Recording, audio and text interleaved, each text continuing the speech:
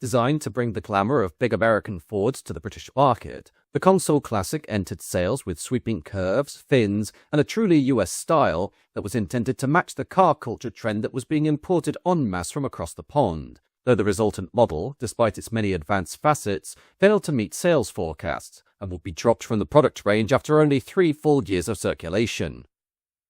The Ford Consul Classic was born out of a gap in Ford of Britain's range that had become impossible to ignore by the middle of the 1950s, with the Dagenham company offering small, value-led cars alongside its larger Three Graces family of Consul, Zephyr and Zodiac, as introduced in 1956, though between these two segments, the firm had nothing purpose-made for the fast-growing middle ground that British buyers were increasingly treating as the default.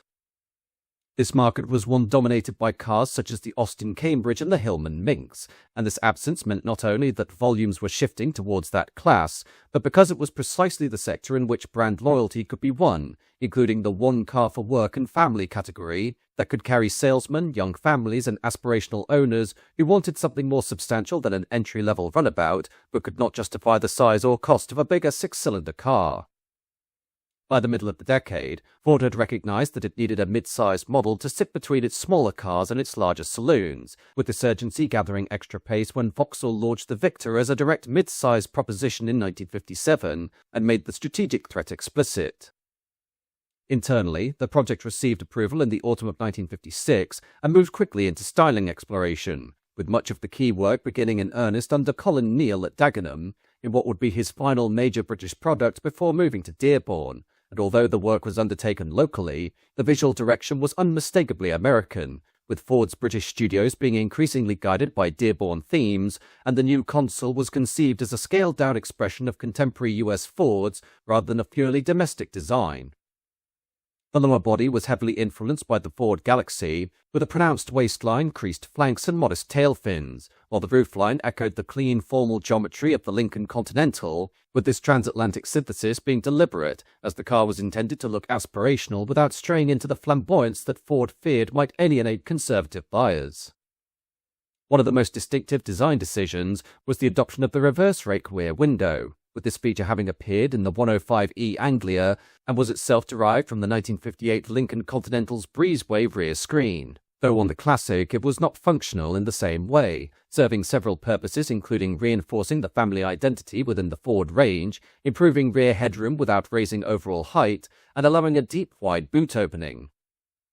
Ford's marketing department was keenly aware that British buyers increasingly valued load space and practicality, particularly for mixed business and family use, and the Classic's vast boot became a core selling point from the earliest design stages, while under the skin, the Classic was engineered to make extensive use of existing and forthcoming Ford components, with cost control being critical, and the car was designed around an enlarged version of the Anglia's platform, using a pressed steel monocoque and McPherson strut front suspension. The engineers briefly explored independent rear suspension, but rejected it as too costly for the expected price point, opting instead for a live axle on semi-elliptic leaf springs, while the new Consul would use the Kent overhead valve engine family, already under development for the Anglia, initially a 1,340cc unit sharing bore, valves and many internals with the smaller engine, but using a longer stroke to provide additional torque. This choice allowed Ford to rationalize production and servicing across its ranges, but it also imposed limitations, with the 3-bearing crankshaft being adequate for lighter cars, yet when combined with the Classic's substantial curb weight and high final drive ratio, it would later attract criticism for lack of flexibility and durability. But these issues were not fully resolved during development, partly because the car's intended launch date was being repeatedly pushed back. The original plan had been for the new Consul to appear before the Anglia, establishing Ford's vision for the 1960s, but due to shortages of side-valve engines and the urgent need to replace the outdated small car range, forced a change in priorities, with the Anglia being accelerated and launched in late 1959, becoming an immediate commercial success that absorbed most of Dagenham's production capability. Senior management concluded that introducing another new volume model simultaneously would be impractical, and the mid-size Consul was placed on hold, despite being largely design complete by 1959. With this delay proving crucial as the market moved on while the Classic stood still, with Ford, during this period, continuing to refine specifications rather than fundamentally redesign the car. Quad headlamps were adopted, making the Classic one of the first British family cars to feature them, a conscious attempt to reinforce its American flavor and premium aspirations, while interior appointments were specified at a level above typical mid-range saloons, with separate front seats, extensive brightwork on the deluxe models, optional leather trim, a choice of column or floor gear shift, and features such as variable speed wipers and a headlamp flasher that was still rare in Britain. When the Ford Consul Classic was unveiled in May 1961, it arrived with considerable fanfare, with dealers across Britain holding launch events, some of them exuberant to the point of notoriety, and the car was presented as a bold statement of modernity and was offered with a 1.3-litre four-cylinder engine developing just over 53 horsepower, driving the rear wheels through a four-speed gearbox with synchromesh on the upper three ratios, while buyers could choose 2- or 4-door saloon bodies, standard or deluxe trim, and either a column-mounted or floor-mounted gear change, while export markets received the same car under the Consul 315 designation. On paper, the specification was impressive for a British family saloon of its day, with front disc brakes being standard, the front suspension using McPherson struts, and a boot that was enormous by class standards, with a high-lift lid and a side-mounted spare wheel freeing up more than 21 cubic feet of luggage space, a point Ford stressed heavily in its marketing to business users. Contemporary road testers praised the car's road holding and ride quality, noting that the wide track and relatively low centre of gravity endowed it with secure, confidence-inspiring handling, though delays in the Classic's launch shaped the less enthusiastic response it received during its first year on sale, as by mid-1961, rivals such as the Hillman Minx had been refined into competent, well-understood propositions, while Vauxhall's Victor had already established itself as a modern alternative. Against these, the Classic looked both daring and fatally old-fashioned, with its American styling cues already beginning to look dated, and the reverse-rake rear window divided opinion, while moreover, the substantial use of steel, chrome and glass resulted in a curb weight of over 2,000 pounds, blunting the modest performance of the 1.3-litre engine, with a 1961 test recording a top speed of just under 80 miles an hour and a leisurely acceleration, figures that were acceptable but unremarkable, particularly given the car's price. Cost proved to be another crucial factor in the car's early reception, as with a price tag of £745, including tax for a basic 2-door standard, and £801 for a 4-door deluxe, the Consul Classic sat awkwardly between cheaper, simpler rivals and larger, more powerful cars that tempted buyers to stretch their budgets, and while buyers appreciated the equipment levels and perceived solidity, many questioned whether the performance and running costs justified the premium. Sales during 1961 therefore fell short of the optimistic expectations that had surrounded the launch, while in January 1962, the Consul Capri finally went on sale in Britain after an export-only introduction the previous autumn, and although mechanically identical to the Classic and sharing its lower body structure, the Capri's pillarless coupe roofline and sweeping fastback profile gave it a glamour the saloon lacked, while its arrival drew attention to the limitations of the shared 1.3-litre engine even more sharply, reinforcing the need for a mechanical upgrade across the range. That upgrade arrived in August 1962, with Ford replacing the 1.3-litre engine with a new over-square 1.5-litre Kent unit, identifiable by the 116E internal code for right-hand drive cars, with this engine introducing a 5-bearing crankshaft, abandoning the earlier chord design in favour of a solid crank that proved markedly more durable, with power rising modestly to just under 60 horsepower, but torque increased by around 10%, transforming the car's drivability.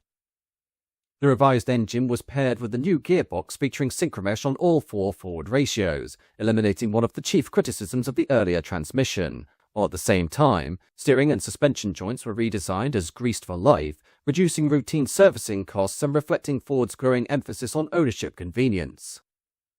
Yet even as the improved Consul Classic reached showrooms in late 1962, the market had already begun to move on, with Ford itself having inadvertently undermined the Classic's position with the introduction of the Consul Cortina earlier that year, with the Cortina being lighter, simpler, cheaper to build, and more attuned to contemporary tastes, and its immediate success made the Classic appear over-styled and over-engineered.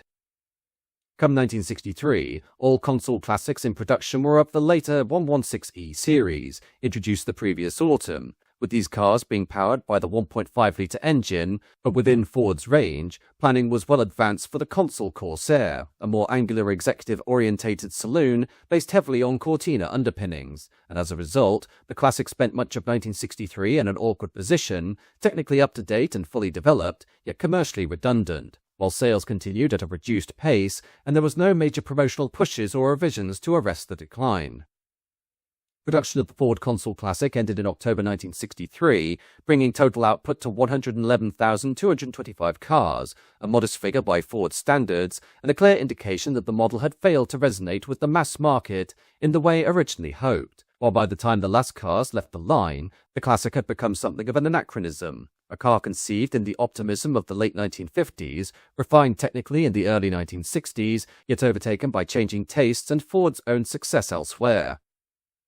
However, in 1964, the Consul Capri remained in production, but was living on borrowed time, with sales of the standard coupe having already ceased, leaving only the Cosworth-developed GT version to carry the torch, while during that year, just 1,007 Capris were sold, of which 412 were GTs, before production finally ended in July, with the Capri GT representing the most technically and philosophically advanced expression of the classic idea, using the 5-bearing 1.5-litre engine fitted with a twin-choke Weber carburetor, high compression, a revised cylinder head, and a 4-branch exhaust manifold.